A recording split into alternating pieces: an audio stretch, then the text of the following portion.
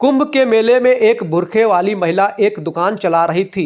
तभी अचानक से उसकी दुकान पर चार साधु आते हैं और उससे कुछ पैसे दान में देने के लिए आग्रह करने लगते हैं। इसके बाद वो महिला अपने पास से कुछ पैसे निकालती है जो तकरीबन 7 से 8 हज़ार रुपये होंगे और उनमें से एक 50 का नोट निकालकर उनको देने लगती है। इसके बाद वो साधु और पैसे उसे देने के लिए आग्रह करते हैं, लेकिन वो महिला कहती है कि नहीं बाबा, ये पैसे मैंने किसी और काम के लिए रख रखे हैं, तो इनको मैं आपको नहीं दे सकती। इसके बाद उन साधुओं में से एक साधु उसके हाथों को पकड़ लेता है और दूसरा साधु उसके मुंह को बंद कर लेता है और जो और साधु थे वो उसके हाथों में से उन पैसों को छीनकर वहां से जाने लगते हैं। लेकिन तभी अचानक से कुछ साधु एकत्रित होते हैं और उन चारों साधुओं को पकड़ लेते हैं। दोस्तों, कौन थे वो साधु और किस वजह से ये महिला वहां पर बुरखे में दुकान लगा रही थी? पूरी कहानी की सच्चाई जानने के लिए वीडियो को अंत तक जरूर देखें। बिहार के अंदर दो पति पत्नी रहा करते हैं। पति का नाम सत्यवीर है और पत्नी का नाम उर्मिला है। पति पत्नी दोनों एक छोटा सा होटल चलाया करते हैं जहां पर कुछ लोग खाना खाया करते हैं और उसी से उनके घर की रोजी रोटी चला करती है। तभी अचानक से जैसे ही कुंभ के मेले का टाइम आता है तो उसकी जो पत्नी उर्मिला होती है वो सत्यवीर से कहने लगती है कि क्यों ना इस बार हम लोग भी कुंभ का मेला देखने के लिए जाएं। अब इस बात को सुनकर जो सत्यवीर होता है पहले तो उसे मना कर देता है और कहता है कि नहीं, कहाँ जाएंगे, काफ़ी दूर पड़ता है, यहाँ से तो काफ़ी दूर है, ज़्यादा दूर पड़ेगा। लेकिन पत्नी जिद करने लगती है और पत्नी की जिद को पति मान जाता है। उसके बाद दोनों पति पत्नी फैसला करते हैं कि इस बार वो कुंभ के मेले में जाकर अपना छोटा सा होटल खोलेंगे, जिस होटल से उनको कमाई भी हो जाएगी और जैसे ही मेला चलेगा तो उस टाइम पर वो लोग मेले के अंदर घूम भी लेंगे। ये बातें दोनों पति पत्नी के बीच में तय हो जाती हैं और बातें तय होने के बाद पति पत्नी इसकी तैयारी करने लगते हैं। उसके बाद वो वहाँ से कुछ ज़रूरी सामान लेते हैं और सारे सामान को लेकर सीधा कुंभ के मेले में पहुँच जाते हैं। जहाँ पर कुंभ के मेले का आयोजन हुआ था वहाँ पर जाने के बाद वो फॉर्मेलिटी पूरी करते हैं और फॉर्मेलिटी पूरी करने के बाद कुंभ के मेले के अंदर एक छोटा सा भोजनालय अपना तैयार कर लेते हैं, जिसके अंदर रहकर वो कुंभ के मेले में पैसा कमाना चाहते थे और साथ में कुंभ के मेले में घूमना भी चाहते थे।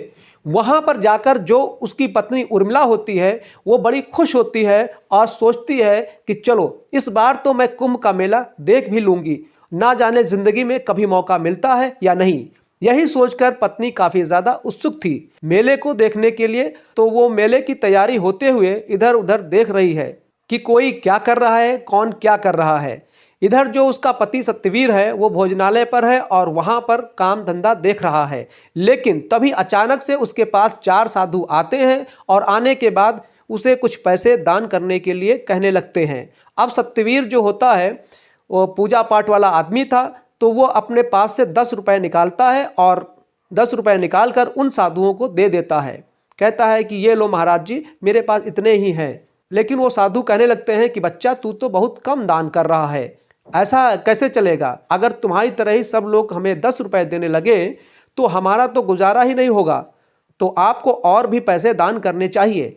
इसके बाद जो सत्यवीर होता है थोड़ी देर तक सोच विचार करता है और सोच विचार करने के बाद अपने पास से 50 रुपये निकालता है उन पैसों में से जो पैसे उसने आज का सामान खरीदने के लिए रख रखे थे। वो लगभग 10 से 12 हज़ार रुपये थे और वही उनकी जमा पूंजी थी यहाँ के लिए, क्योंकि जितना भी पैसा और उनके पास था वो सारा पैसा इंतजाम करने में खर्च हो गया था। केवल यही पैसे बचे थे जिनसे रोज सामान लाया करेंगे और सामान बेचकर और पैसे कमाया करेंगे। अब जैसे ही साधु उन पैसों की गड्डी को देखते हैं तो एकदम से हरकत में आते हैं और एक साधु उनमें से सत्यवीर के हाथ पकड़ लेता है और दूसरा साधु उसके मुंह को बंद कर देता है। जो दो साधु और बच गए थे वो दोनों मिलकर उसकी दुकान में से जो गल्ले में पैसे पड़े हुए थे उन्हें और साथ में सत्यवीर के हाथ में जो गड्डी थी जिन पैसों से वो सामान लाने वाला था उनको छीन लेते हैं और उसे धक्का देकर दुकान में गिराकर वहां से भाग जाते हैं। अब इसके बाद सत्यवीर इस बात को देखकर बड़ा ही परेशान होता है और सोचने लगता है कि मैंने तो इनको दान करने के लिए पैसे निकाले थे, लेकिन ये लोग तो मेरे से पैसे ही छीन कर ले गए। वो सोचता है कि हो ना हो ये साधु तो नहीं होंगे, क्योंकि साधु कभी भी ऐसा नहीं करता।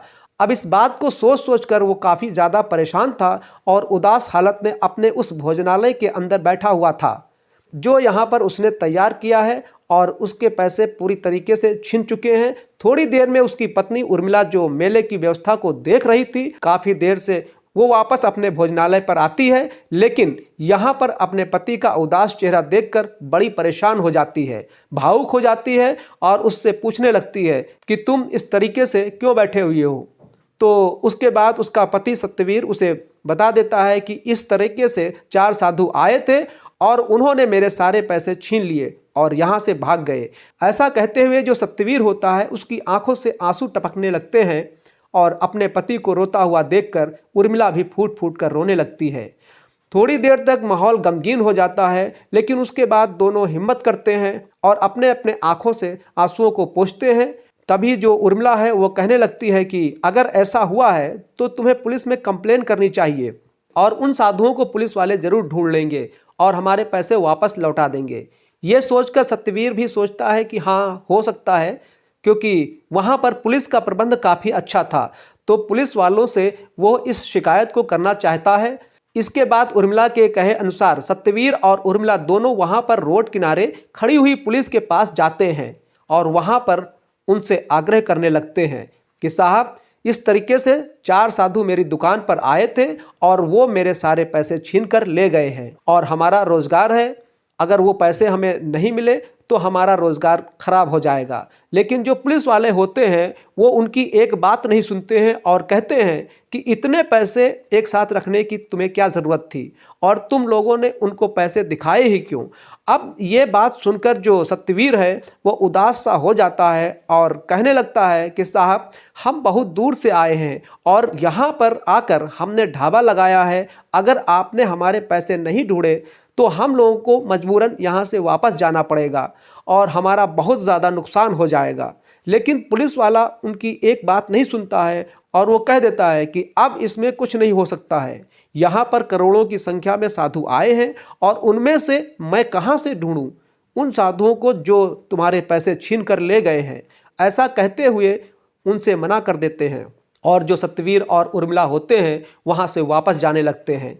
लेकिन तभी अचानक से एक लाल बत्ती की कार आती है जिसमें एक बड़े अधिकारी थे और जैसे ही वो बड़े अधिकारी आते हैं तो फौरन से जितने भी पुलिस वाले ऐसे ही इधर उधर आलस में पड़े हुए थे वो एकदम से अटेंशन में हो जाते हैं और आते ही उनको सलूट मारने लगते हैं। अब जब सत्यवीर और उर्मिला देखते हैं कि ये तो कोई बड़े अधिकारी हैं तो वो सोचते हैं कि क्यों ना अपनी फरियाद इनके पास ले जाई जाए, हो सकता है ये हमारे पैसों को लौटवा दे। इसके बाद सत्यवीर और उर्मिला वहां पर जाते हैं उन बड़े अधिकारी के पास और वहां पर जाकर उन्हें अपनी समस्या के बारे में बताते हैं। जो बड़े अधिकारी थे वो भी गरीब घर से बिलोंग किया करते थे, लेकिन मेहनत करने के बाद वो बड़े अधिकारी बन गए थे, तो वो जानते हैं कि गरीबी क्या चीज़ होती है और इन लोगों की आंखों में उन्हें सच्चाई साफ साफ दिखाई दे रही थी। इसके बाद जो बड़े अधिकारी होते हैं वो कहते हैं कि आप चिंता मत करो, आपका जितना भी नुकसान हुआ है उसकी भरपाई तो हो ही जाएगी, लेकिन उन लोगों को हम नहीं ढूंढ सकते क्योंकि यहाँ पर ढेर सारे साधु हैं और उनमें से हम कैसे ढूंढेंगे। जो बड़ा अधिकारी होता है अपने पास से लगभग 14,000 रुपये निकालता है और निकाल कर उन्हें दे देता है और कहता है कि ये लो, अपना काम करो और आगे से सावधान रहना, कोई भी कैसी भी दिक्कत हो तो पुलिस आपकी सेवा के लिए है, आप उन्हें बता देना। लेकिन तभी वो लोग कहते हैं कि पुलिस को तो हमने बताया था साहब, उन्होंने हमारी इस बात पर कोई भी गौर नहीं किया। इसके बाद जो बड़े अधिकारी होते हैं वो कहने लगते हैं कि किससे कहा था आपने, तो वो बता देते हैं कि हमने इन साहब से कहा था। तो वो बड़े अधिकारी उस पुलिस वाले को वहाँ पर बुलवाते हैं, लेकिन पुलिस वाले का यही कहना था कि साहब, इतने सारे साधु हैं तो इनमें से उन साधुओं को कैसे ढूंढा जाए। इस बात को सुनकर जो बड़ा अधिकारी होता है वो भी शांत हो जाता है और उनसे कह देता है कि ठीक है, कोई बात नहीं, हम इस बात पर अपने आप काम कर लेंगे, आप यहाँ से चले जाओ। वहाँ से वो जो पति पत्नी थे वो अपने भोजनालय पर चले जाते हैं और वहाँ पर आगे का अपना काम देखने लगते हैं। वो बड़े अधिकारी को भगवान का रूप बताते हैं और कहते हैं कि ऐसे होने चाहिए। असलियत में पुलिस वाले जिन्होंने फट से हमारी मदद कर दी और हमारा अब यहाँ का रोजगार भी अच्छी तरीके से चल जाएगा और हमारा कोई नुकसान भी नहीं हुआ। इधर जो वो बड़े अधिकारी थे जैसे ही शाम होती है तो शाम के समय उनकी वो बात, यानी कि जो पति पत्नी उनके सामने कह रहे थे, वो बातें उनके सामने आ रही थी और वो सोच रहे थे कि भला ऐसा भी हो सकता है, क्या सच में ही साधु किसी के पैसे छीन सकता है या नहीं। इस बात की जड़ से तहकीकात करनी होगी और जड़ से तहकीकात करने का वो फैसला कर लेते हैं। यही सोचकर जो बड़े अधिकारी होते हैं रात में ही एक महिला पुलिस वाली से बात करते हैं और उससे कहते हैं कि कल मुझे कुछ काम है और उसके लिए तुम सुबह सुबह मेरे पास जल्दी आ जाना। महिला पुलिस वाली उनका आदेश मानती है और आदेश मानने के बाद दूसरे दिन सुबह सुबह उनके पास पहुंच जाती है। जो बड़े अधिकारी होते हैं वो उसको पूरा मामला समझाते हैं और कहते हैं कि देखो, ये ऑपरेशन हमें चुपचाप करना होगा, क्योंकि हो भी सकता है कि पुलिस वाले ऐसे साधुओं के साथ मिले हुए हों, क्योंकि उन्होंने उस पर कोई भी कार्रवाई नहीं की थी। तो जो महिला पुलिस वाली होती है वो बड़े अधिकारी का कहा मानती है और पूछती है कि साहब कैसे कैसे करना है। तो जो बड़ा अधिकारी होता है वो कहता है कि इसके लिए पहले थोड़ी सी तहकीकात करनी है और तहकीकात करने के लिए वो उसी गरीब व्यक्ति के भोजनालय पर चला जाता है जिसके साथ ये लूटपाट हुई थी।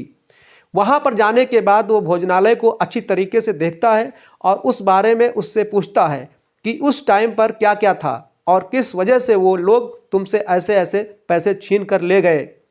वो पूरी घटना का ब्यौरा देता है और वो भोजनालय जो था वो थोड़ा सा हट के था, यानी कि वहाँ पर ज़्यादा भीड़ भाड़ नहीं थी। इसके बाद जो बड़े अधिकारी होते हैं उनकी समझ में आ जाता है कि ये लोग अपना शिकार उस दुकान को बनाते हैं जिस दुकान के आसपास ज़्यादा भीड़ ना हो और उस दुकान पर एक ही व्यक्ति हो। इसके बाद एसपी साहब वहाँ पर एक ऐसी दुकान देखने लगते हैं जो दुकान एकांत में हो और वहाँ पर ज़्यादा भीड़ भाड़ ना हो। तो उन्हें एक दुकान एकांत में मिल जाती है जो कि एक मुस्लिम व्यक्ति की थी। मुस्लिम व्यक्ति वहाँ पर कुछ कॉस्मेटिक का सामान बेच रहा था और उस दुकान को जब बड़े अधिकारी देखते हैं तो वो एकदम से इन्हें परफेक्ट लगती है। अब इसके बाद ये दुकान मुस्लिम की थी और वो सोचने लगते हैं कि हो सकता है वो लोग इसकी रेखी पहले ही कर चुके हों, लेकिन उन लोगों ने अभी तक इसे अपना शिकार नहीं बनाया हो। यही सोचकर जो बड़े अधिकारी हैं वो वहाँ पर अपना जाल बिछाना चाहते हैं और जाकर उस मुस्लिम व्यक्ति से बात करते हैं। वो कहते हैं कि देखो, आपकी दुकान कुछ देर के लिए हमें चाहिए और यहाँ पर हमारी एक महिला सिपाही रहेगी जो आपकी तरह ही यहाँ पर रहकर सामान बेचेगी। दुकान वाला भी मान जाता है क्योंकि यहाँ पर बहुत बड़े अधिकारी थे और उनकी बातों को मानकर उन्हें दुकान देने के लिए तैयार हो जाता है। अब मुस्लिम व्यक्ति की दुकान होने की वजह से जो बड़े अधिकारी होते हैं वो महिला पुलिस वाली को बुर्खा पहना देते हैं और कहते हैं कि अगर कोई पूछे कि तुम यहाँ पर काम क्यों कर रही हो तो कह देना कि पिताजी की तबीयत खराब है और इसी वजह से यहाँ पर काम कर रही हूँ। महिला सिपाही ने बुर्खा पहन लिया था और बुर्खा पहनने के बाद वो उस दुकान पर काम करने लगती है। दूसरी ओर जो बड़े अधिकारी थे उन्होंने अपने 10 कमांडोज को साधु के भेष में तैयार कर दिया और कहा था कि तुम्हें दूर से इस दुकान पर नज़र रखनी है ताकि तुम लोग इस दुकान को तो देख सको लेकिन तुम किसी और की निगाह में ना आ सको कि तुम लोग इस दुकान पर नज़र रख रहे हो। ऐसा ही वो करते हैं और पूरी तरीके से जाल को बिछा दिया जाता है। लगभग 1 से 2 दिन ऐसा ही करने के बाद वहाँ पर कुछ भी हासिल नहीं होता है, लेकिन तीसरे दिन अचानक से 4 साधु इसी तरीके से उस दुकान पर आते हैं और वहाँ पर उसे दान धर्म करने के लिए कहने लगते हैं। तो जो महिला पुलिस वाली होती है वो इसी तरीके से, जिस तरह से उसने बताया था कि मैंने गड्डी निकाली थी, वो डायरेक्ट अपनी गड्डी निकालती है और गड्डी में से एक 50 का नोट निकालकर साधु महात्माओं को देने लगती है। अब जब साधु देखता है कि इसके हाथ में गड्डी है तो एकदम से वो अपने काम को करने में लग जाते हैं। उस महिला पुलिस वाली के उन्होंने हाथ पीछे की तरफ से पकड़े और हाथ पकड़ने के बाद एक ने उसका मुंह दबा लिया और मुंह दबाने के बाद वो सारे पैसे छीनकर वहां से भागने लगे। लेकिन जैसे ही प्रोसीजर होता है तो जो कमांडो साधु के भेष में थे वो चारों तरफ से आकर उनको घेर लेते हैं और बड़े अधिकारी को इसकी सूचना दे दी जाती है। थोड़ी देर में बड़े अधिकारी भी वहां पर आ जाते हैं और जैसे ही महिला पुलिस वाली अपने बुर्खे को उतारती है तो देखते ही ये साधु पूरी तरीके से हैरान हो जाते हैं। इसके बाद जो बड़े पुलिस के अधिकारी होते हैं वो वहां पर उन लोगों से पूछताछ करते हैं और पूछताछ करने के दौरान वो लोग बताते हैं कि हम साधु नहीं हैं, हम लोग तो साधु का भेष बनाकर यहाँ पर छोटी छोटी चोरियाँ लूटपाट किया करते हैं ताकि हमारा गुजारा अच्छी तरीके से हो जाए और हमारा एक गिरोह है। तो पुलिस वाले पूछते हैं कि कितने लोगों का गिरोह है, तो वो बताता है कि हम 30 से 35 लोग हैं और हम इसी तरह से 4-4, 5-5 की टोली बनाकर इधर उधर घूमा करते हैं और घूमने के बाद पैसे कमाया करते हैं। अब जो बड़े अधिकारी होते हैं वो उनको तो पकड़ने के लिए कह देते हैं, लेकिन अपनी पुलिस का रवैया भी वो देखना चाहते हैं कि पुलिस के सामने अगर कोई ऐसा केस आता है तो वो किस तरीके से बिहेव करते हैं। इसके बाद वो पुलिस वाली से कहते हैं कि तुम अच्छी तरह से अपने बुरखे को दोबारा से तैयार करो और तैयार करने के बाद पुलिस वालों के पास जाना और उनसे कहना कि इस तरीके से मेरे साथ हो गया है और वो तुम्हारे साथ क्या बिहेव करते हैं। यही सोचकर वो उस बुरखे वाली महिला को पुलिस वालों के पास भेज देते हैं और जैसे ही महिला जाकर वहाँ पर अपने लिए न्याय की गुहार लगाती है तो पुलिस वाले उसे धमकाकर वापस भेज देते हैं और कहते हैं कि यहाँ पर करोड़ों की भीड़ में साधु हैं, तो हम लोग इसमें क्या कर सकते हैं, तुम यहाँ से चली जाओ। इसके बाद वो कहने लगती है कि साहब मेरे पिताजी बीमार हैं और इसी वजह से मैं दुकान पर काम करती हूँ, लेकिन अगर आप लोग मेरी मदद नहीं करोगे तो फिर मैं कहाँ जाऊँगी, मेरे साथ बहुत ही गलत हो गया है। लेकिन पुलिस वाले उसकी एक नहीं सुनते हैं और उसे धमकाकर वहाँ से भेजने लगते हैं। इसके बाद जो महिला पुलिसकर्मी होती है वो अपने बुरखे को उतारती है और वहाँ पर बड़े अधिकारी साहब भी आ जाते हैं। वो पुलिस वालों को हिदायत देते हैं और कहते हैं कि तुम लोगों का ये रवैया बिल्कुल भी ठीक नहीं है। यहाँ पर लोग काफ़ी दूर दूर से अगर कोई रोज़गार के लिए आता है तो कोई दर्शन करने के लिए आता है, तो तुम लोगों को यहाँ पर इसीलिए तैनात किया गया है ताकि तुम लोगों की मदद कर सको और ऐसा कुछ ना होने दे सको। पुलिस वाले बड़े अधिकारी से माफ़ी मांगते हैं और कहते हैं कि साहब आगे से ऐसा नहीं होगा और हम लोग सच में ही सभी लोगों की मदद किया करेंगे। और जब ये बात सभी पुलिस डिपार्टमेंट में पहुंचती है कि बड़े अधिकारी साहब इस तरीके से ऑपरेशन कर रहे हैं और लोगों को पकड़ रहे हैं और पुलिस में फटकार भी लगाई जा रही है, तो पुलिस वाले अब अच्छी तरह से सभी की देखभाल करने का फैसला करते हैं और कोई भी ज़रा सी बात किया करता तो वहाँ पर उसके साथ जाकर उसकी समस्या का निवारण करने की कोशिश करते हैं। इधर जो वो बड़े अधिकारी होते हैं उन 4 लुटेरों की मदद से उन सभी लुटेरों को पकड़ लेते हैं जो लुटेरे वहाँ पर काम कर रहे थे और इसी तरीके से इस मेले के अंदर हो रही लूटपाट को कम करने का फैसला करते हैं। इधर ये खबर जैसे सतबीर और उसकी पत्नी के पास पहुँचती है कि इस तरीके से पुलिस वालों ने उनको पकड़ लिया है और पकड़ने के बाद उनके गिरोह को भी पकड़ लिया है, तो उन लोगों को इस बात की बड़ी शांति होती है और वो लोग सोचने लगते हैं कि पुलिस में सभी लोग एक जैसे नहीं हुआ करते, कुछ ऐसे भी अधिकारी होते हैं जो हमारे लिए बहुत कुछ करते हैं।